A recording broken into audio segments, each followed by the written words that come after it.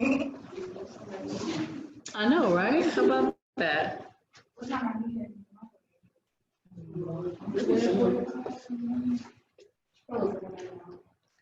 All right, well, welcome to the right place. Thank you for coming today.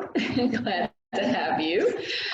Today we are talking about how to do literary analysis. My name is Dr. Roper. I'm the director of the Writing Center, and I am thrilled to introduce these two young ladies to you. This is Ariana Woodson and Krishandra Fluker. They are graduate assistants here in the Right Place, and they are actually going to be leading our presentation today. I'll pop in with a couple of comments, but they, being students themselves, understand how difficult this can be at times, maybe frustrating, and they will talk to you about what they know and what they've learned during the course of their time here. So I'll hand it over and let you guys start us off.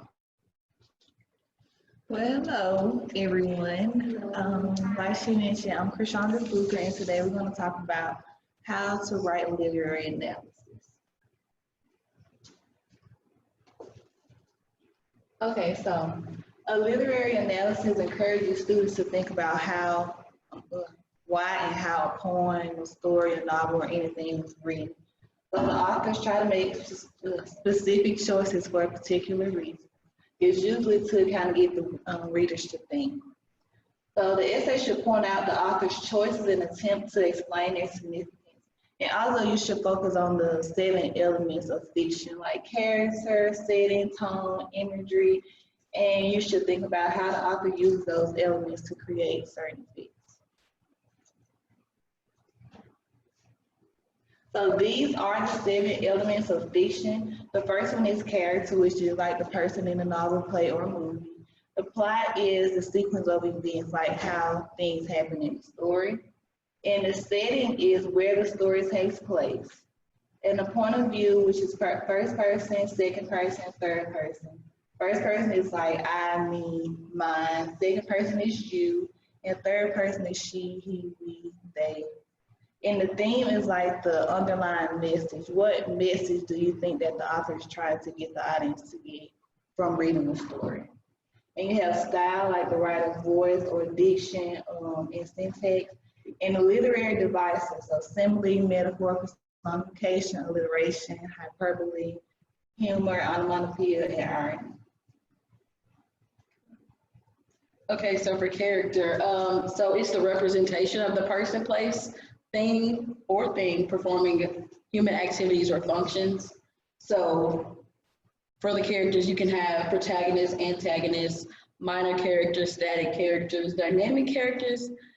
And so the protagonist is who the story revolves around. The antagonist is the person who opposes the protagonist. So my go-to thing is like Harry Potter. And so Harry Potter would be the protagonist and Voldemort would be his antagonist because he was constantly going against him. He constantly had to fight him. And then minor characters are those characters that just support the protagonist. So the people that follow the protagonist. And static characters remain the same throughout the whole novel. And dynamic characters change in some important way. And so within characters, the authors try to make choices that reveal the character's personality, and that is characterization. So that can be done through looking at the characters, well, describing the character's appearance or the things that they say throughout the novel, and also the motivations and actions of the character. As we read fiction, because we better understand the characters, characterization is the process by which the writer reveals the personality of a character.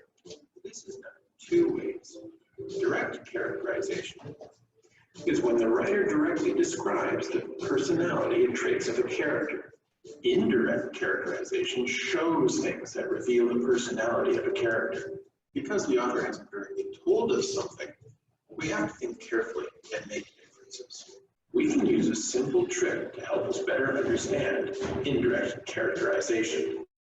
When you want to better understand the character, use the acronym STEEL to help you. S stands for speech. Think about what the character says and how the character speaks. T stands for Thoughts. Consider the character's personal thoughts and think about how the character is feeling. E stands for effect on others. Think about the character's effect on other people. How do others feel or react in response to the character? A stands for actions. What does the character do? And how does the character behave? L stands for looks. What does the character look like? And how does the character dress? Let's recap. When the author directly tells you something about the character, that is direct characterization. When you need to make an inference about a character, that is called indirect characterization. Remember to think steal.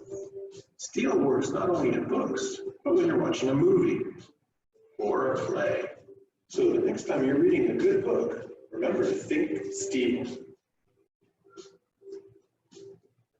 Real quick, I just wanted to come back to the protagonist and antagonist. Often we think about the antagonist as being a person, someone who, and it had to be clear, someone who is against the main character. But we should remember that not all stories have that human antagonist. Sometimes it's man against nature or some other force. So when we're reading, we need to think even broader than just the characters in the story, but also the other elements that are at play. Okay, now plot, so the arrangement of ideas. So like the order of which way the story is kind of told. So some cases you'll have foreshadowing, so you get clued in by the author that something's going to happen in the story later on. It can be explicit or implied, so it can be obvious or like it can be hidden under something else. And then suspense, so the tension that the author creates using a feeling of discomfort about the unknown. And you can think about that like to yourself too, like if you were thinking about your life in the way of like a plot scheme, to like relate it back to yourself if there was something you had to do.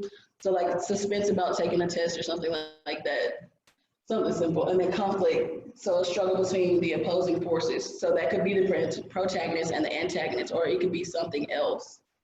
And then exposition, so the background explains settings, characters, plots. And then rising action, how it builds to the main conflict. So you can see that something's coming, but you have to get to that point. So the crisis, so it's a significant turning point in the story. And that determines how it must end. And then the resolution is how it actually ends, and how it turns out. Okay, so the setting is where the story takes place. So the setting usually provides historical and cultural context for the characters. So whenever a reader decides to use a specific place as the setting, it usually has some type of relative, it's important, it's some type of significance. And it can often symbolize the emotional state of the characters. Like for example, in Poe's The Fall of the House of Usher, the crumbling old mansion reflects the decaying state of both the family and the narrator's mind. So it's always something significant about the setting, even if it's something simple as it could be at like a picnic or at a park or something. It's always some type of significance. Anyone ever read the Very Old Man with Enormous Wings? A short story by Gabriel Martin. It opens with the dreariness of the day. There was a cloud hanging over. It had been storming for a long time. And so all of that sort of set the tone, the sort of dreary tone of the rest of the story and all the things that happened afterwards. Was there a death in that short story? It was not a death, but the child, the parents had a child who was sick. And so there was a sort of foreboding about the sick child. And then this man with enormous wings shows up and becomes sort of this questionable figure in the story. Everyone's trying to figure out what he is. So it's just sort of the mood of foreboding kind of hangs over the whole story. And it's based primarily on the setting.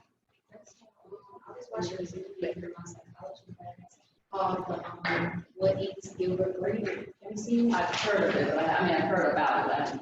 So basically, the setting was like in old town where nobody did anything, everybody knew each other, and they had this house that was like by itself. And it was like they felt stagnant because they weren't going anywhere with their life. And their dad had committed suicide basement, and they had a lot of emotions. And then the mom was depressed, so she became obese, and she didn't go anywhere. And they also had a little brother who had autism, and then their mom ended up passing away. So then they just burned the house down because they said the only way they could get the mom out of the house was by praying. And they didn't want to have a crowd around and everybody watching, her trying to get taken out of the house. They didn't want her to be made fun of, basically. So they burned the house down, and that kind of to me is like the setting. Yeah, all those things sort of set up Right. And then when they burned the house down, it was like, we're fine moving on, we're not standing anymore. So that kind of Yeah, if you think about the way characters interact with their setting, there's a lot that comes about because of that background. Like think about us as people. How do we act when it's raining and storming for 6 days straight? How do we feel? Whereas one. So I just have to throw this in there. It's similar to, it has something to do with setting, but I read this play called The Dilemma of a Ghost. And it was a song that it was one scene in the play where the children were singing a song and they were trying to figure out, are we gonna go to, is it Cape Coast or Elmina? And I was like, so what's the significance of that? And I went and looked it up, and the significance where it was a place for the Atlantic slave trade. Mm-hmm. And that's where thousands of slaves died. They would be, just mistreated basically. I was like, okay, so that's why they're trying to figure it out. It's a great play. I should read it. Okay, so point of view, it's like who tells the story and how it's told. So it can be told from the narrator's standpoint. So someone's looking at it, and it may not. The person who's telling it might not be a character in the story. And then first person, so the narrator participates, but has limited knowledge. So the narrator is the person telling the story. Well, that's the first person, then, yeah. And so they might not know the thoughts of other people, but it's just their thoughts. It's like, we did this, I am this, and stuff like that. Second person, so the narrator addresses the audience directly. So they might say, you walk into your bedroom, or you do this. And so when a narrator uses second person, they bring the audience into the story. It's not just something that's told. You finally get to be put into play as the reader. And then third person objective is where the narrator is an unnamed, unidentified character. You don't assume the character's perspective, and the narrator is not a character in the story. For third person omniscient, that's if they see everything, they know everything in the story. And so they can go from character to character telling their thoughts and observations of the story. Also, like when you actually start writing your literary analysis, it's not okay to use the second person. Like in any form of academic writing, try to not use like you, your, any forms of you. So the theme is the central topic of the story, or basically the moral. So usually I know people can get theme confused with the subject. So the theme is the subject is just one word, but the theme you have to explain why that word is important. So if you go in to say something that the story was about love, what about love in that story can make it the theme, like something like love conquers all. That'll be the theme versus just saying love, that'll be the subject. So themes are generally universal in nature and can relate to the condition of being human, like death and dying, perseverance, importance of family, power of love. And the theme is a work of literature that crosses boundaries and makes the story meaningful. And sometimes it helps the readers to connect with the writer. Got swipe. Okay, so style. So that is the prevalence or the absence of metaphors, repetition, foreshadowing, and irony. That's like the author's voice. So in some ways, so diction, the word choice. Instead of saying, could you be so kind to pass me some milk, they can be saying, give me that. Another form of style that can be used is repetition. So you repeat a phrase or a word or a sentence, and it's a technique to add emphasis and unity or power. And so one example of that is Dr. Martin Luther King's "I Have a Dream" speech. And What's the difference between fiction and colloquialism? Colloquialism is like slang, right? But is that a form of diction? It's the use of colloquialism that, so diction is the choice of words that one might use, whether it's elevated or common. And so colloquialism is associated with more common style of speaking. So it would be an example of a common speech pattern is the use of colloquial.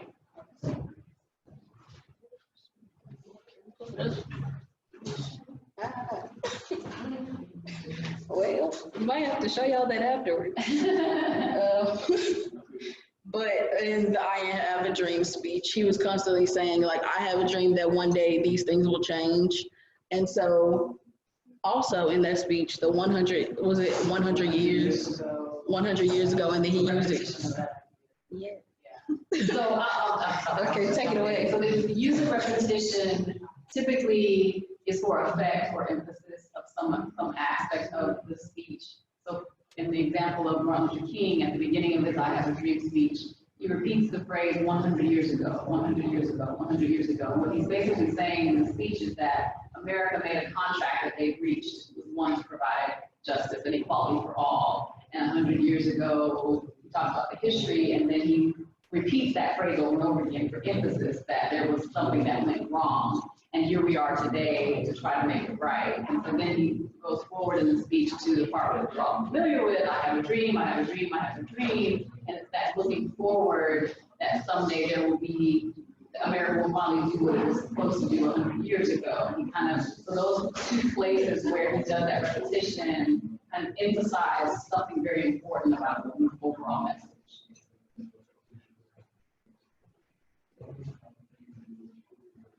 Okay, so literary devices. These are like figurative language, metaphor, simile, hyperbole, and personification.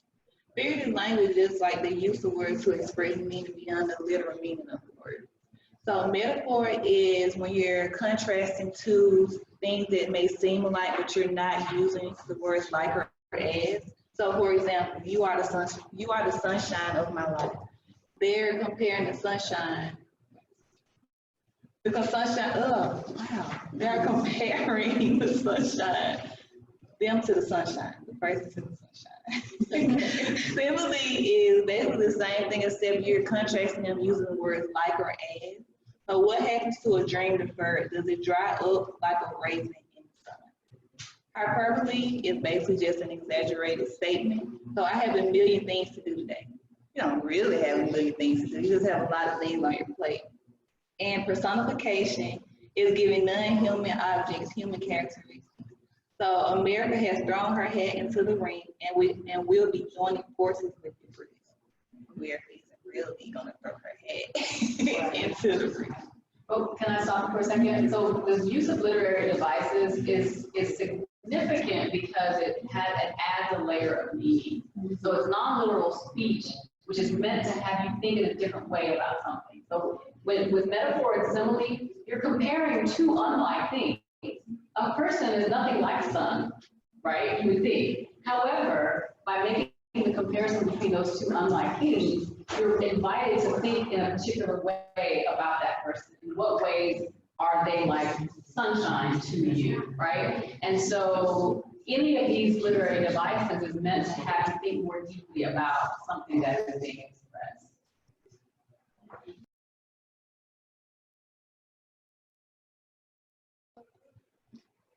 So we're going to watch this video.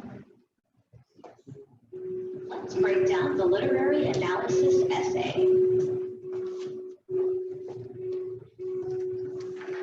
The purpose of the literary analysis essay is to analyze or break down some aspect of a work of literature.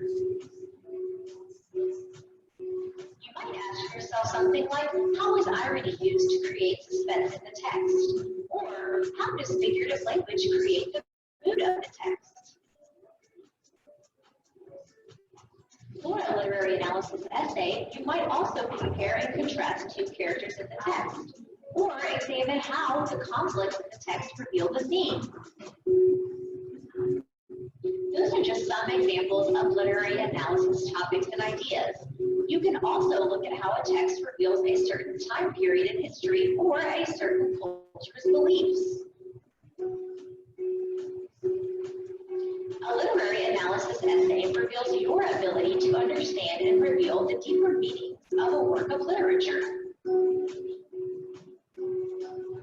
View the example thesis statement below. This essay topic would ask the writer to determine the similarities and differences between two characters in Romeo and Juliet by William Shakespeare. Notice what the thesis includes. As stated in the example, the thesis statements for a literary analysis essay must include the title, author, and idea of the essay.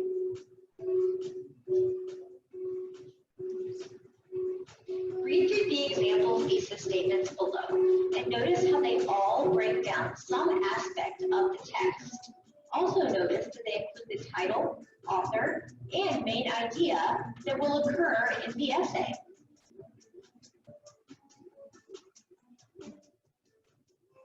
Make sure to give evidence to support your claims.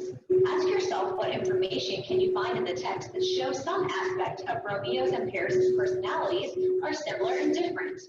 For example, you can think about how they are similar and different in how they treat others or how they show love. You can also look at how the characters act. It is up to you to find evidence from the text to support your claims.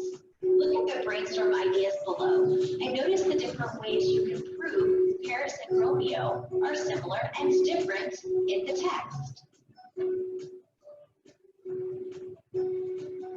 Remember that you must include specific cited evidence copied directly from the text. These must be followed by in-text citations. View the example evidence below and notice how they support the claims and include in-text citations. Make sure to keep your tone formal and academic. You want to make sure that you do not use slang or first or second person personal pronouns. This means no using I, me, my, we, us, our, etc. This is not a personal response. View the organization for literary analysis essay below. The introduction is the first paragraph. This will introduce your topic for the reader. Make sure to end this introduction paragraph with a thesis statement. The body paragraphs develop your ideas in the thesis, and you end with a conclusion paragraph. Let's review the literary analysis essay. The goal is to break down some aspect of the text to show deep understanding. Make sure that you are familiar with the basic structure. Also, keep your tone formal and rely on specific evidence from the text to support your claims. You are officially ready to analyze.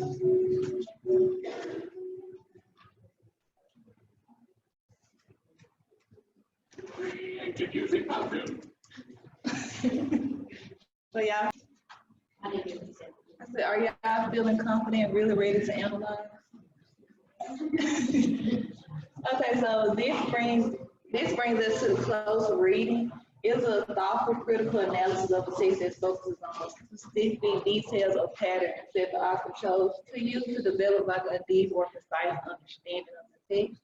Close reading is usually used to figure out which element that you want to use. Which element do you want to focus on? Like if you want to focus on, say, the theme, you want to focus on the theme. You'll really do the close reading to figure out what the theme is, and there can be more than one theme. So you just focus on that, and it's a skill that requires students to determine purpose and notice features and language used by the author, so they can think thoughtfully and methodically about the details. So before you get into talking about analysis, no, you can go on to that slide. This is where a lot of times students struggle because you think, a lot of times students just kind of fall into telling the story, telling what happens as though that's enough. And so what we've been sharing thus far is that there are things that you can look at, specifically we talk about figurative language, we talk about character, we talk about setting.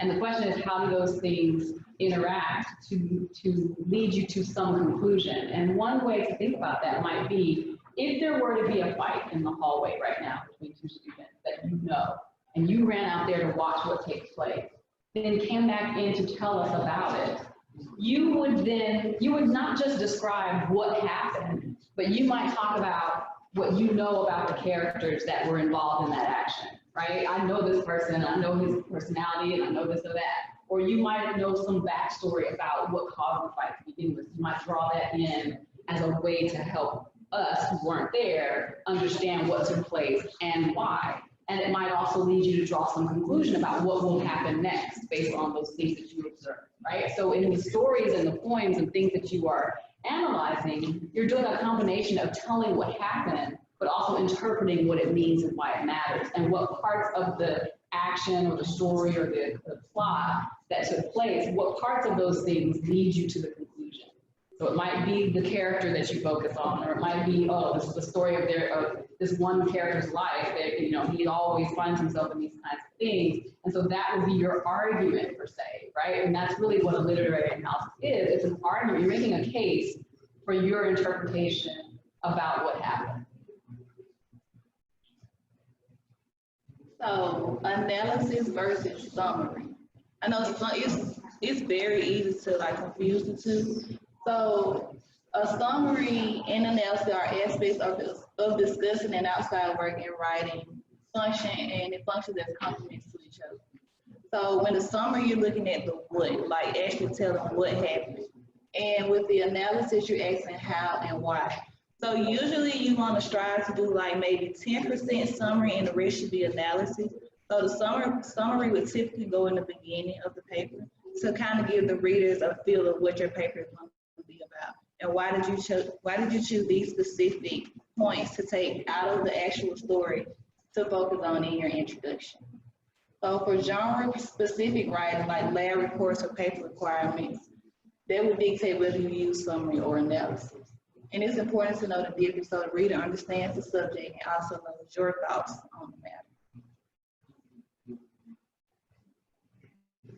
Okay, so what is a summary? A summary is basically just telling what something is about in your own words, not adding. It has nothing to do with opinion, so it's all facts. And it answers the question who, what, when, where, why, or how. So it should be long enough to tell the main ideas and any major supporting evidence. And like I said, the summary is not your opinion, so I think or I feel should not be nowhere included in it. And then analysis. So those thoughts come from you. So what did you perceive from the author's work? What was their purpose? What did they use as far as figurative language, or what theme did you find out in the work?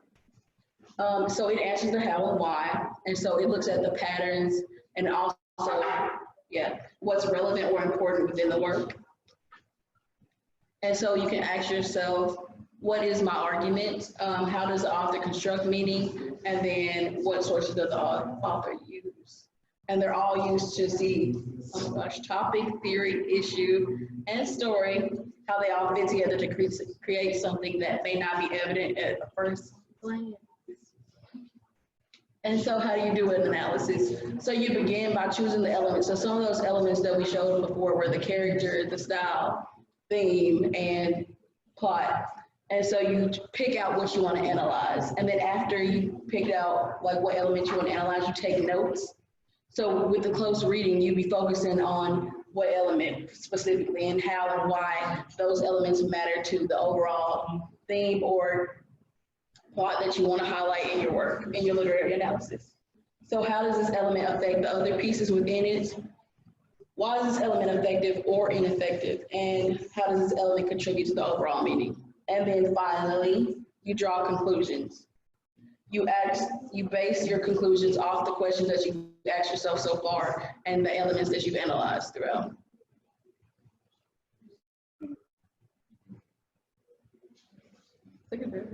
Okay, so a summary sample, so you don't present any conclusion, you're just telling me the facts. So in this state, it says that the museum is a virtual museum existing solely online. It's telling me what was already happening, what it is, and it's not telling me any extra, it's not analyzing any extra about the Wright Brothers Museum and Company.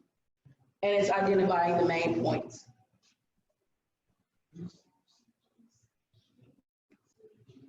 For an analysis, it shows us that it's making an argument and then it's also reaching a conclusion. So also in that video, it said that your thesis statement should basically tell what it was called, what the name of the work was, who it's by, and also should have an argument or a point made. And so the Wright Brothers Airplane Company Museum of Pioneer Aviation is an example of retelling of history that uses an ideology to create public American identity that can influence behaviors. So, and then the next one, they choose a specific element that they want to study, and so that's work ethic and character.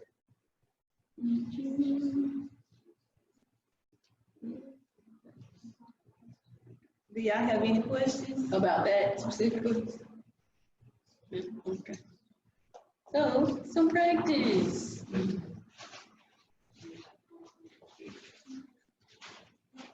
So this is an excerpt from Toni Morrison's The Bluest Eye, and we kind of just want y'all to look at some of the elements that you find in this and kind of tell us what you would do as far as analyzing this piece of work.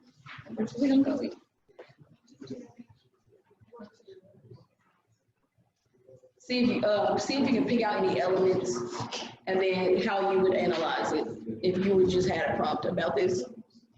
Some of the elements you might be looking for. Imagery, theme, if there's a theme that pops out at you, style, so how Toni Morrison's voice is shown out throughout this passage, and then you can look at her diction, how she uses words.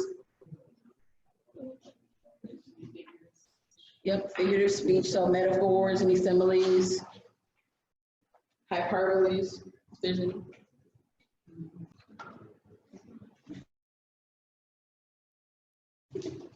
Okay, so what are some of the things that y'all found as far as elements? Or did y'all find any elements? Yes. Of what? Are you asking like what exactly? Yeah, what did you find that was personified? Now that the land of the entire country is hostile, the land is described as hostile. Because it's giving human elements to a non-human. I'd say the style, some of the words she uses, like hostile, volition, and I don't know how to say this A word. Acquiesce. Cool.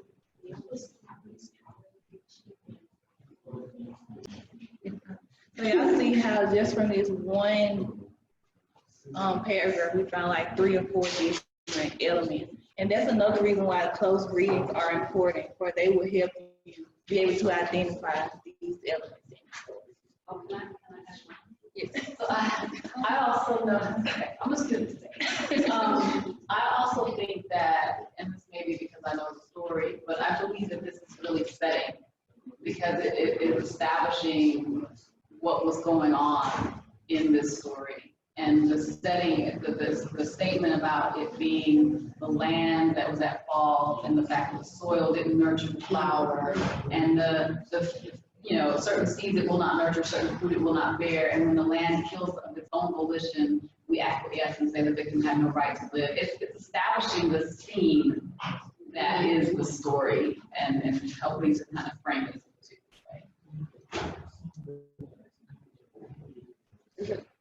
You know, yeah.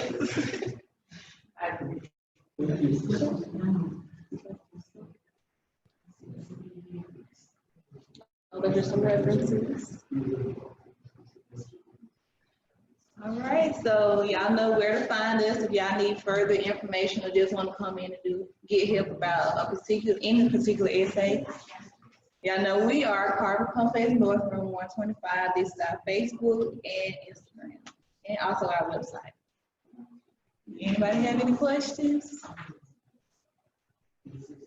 All right, well, we would like to thank you guys for coming to our workshop today, and we hope to see you soon. Thank you, guys. That's great.